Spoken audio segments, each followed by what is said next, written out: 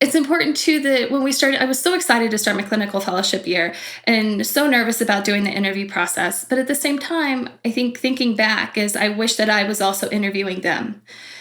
Taking the Mhm. time to see if this is really going to be, first of all, what I want to do, and is this going to help me develop into the clinician that I want to be? And with that being said, is making sure that are we going to have the supervision? Am I going to have the supervision that I need in order to have someone there by my side to help me if I do get stuck or I have or I become clueless on what to do. So I think that is something I wish I would have gone back and taken more time with that and making sure that it was the right place for me. I absolutely have that as one of mine too, Iris, because I realized that I had no plan. I did not even I felt like I think I felt so just like, "Oh, I'm so happy that I got this position," that I never thought to even ask like, "Well, what is supervision gonna look like? How am I Mhm. gonna how often are we gonna meet? How would I get a hold of you?" And so because of that, we hardly ever met. I couldn't get a hold of him. I mean, it was not a good situation.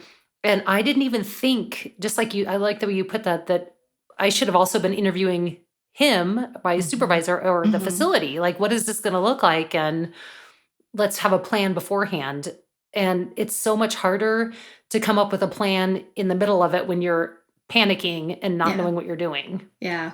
Mhm. Right. And seeing if your supervisor isn't going to be there at all times, is there anyone else that they can connect you with that's actually in person, another speech Mhm. pathologist or another teammate that you can then go to? Because as SLPs, we know that we're often the only SLP either in the building or on site. So a lot of times there's not someone right there at the ready for you to go to.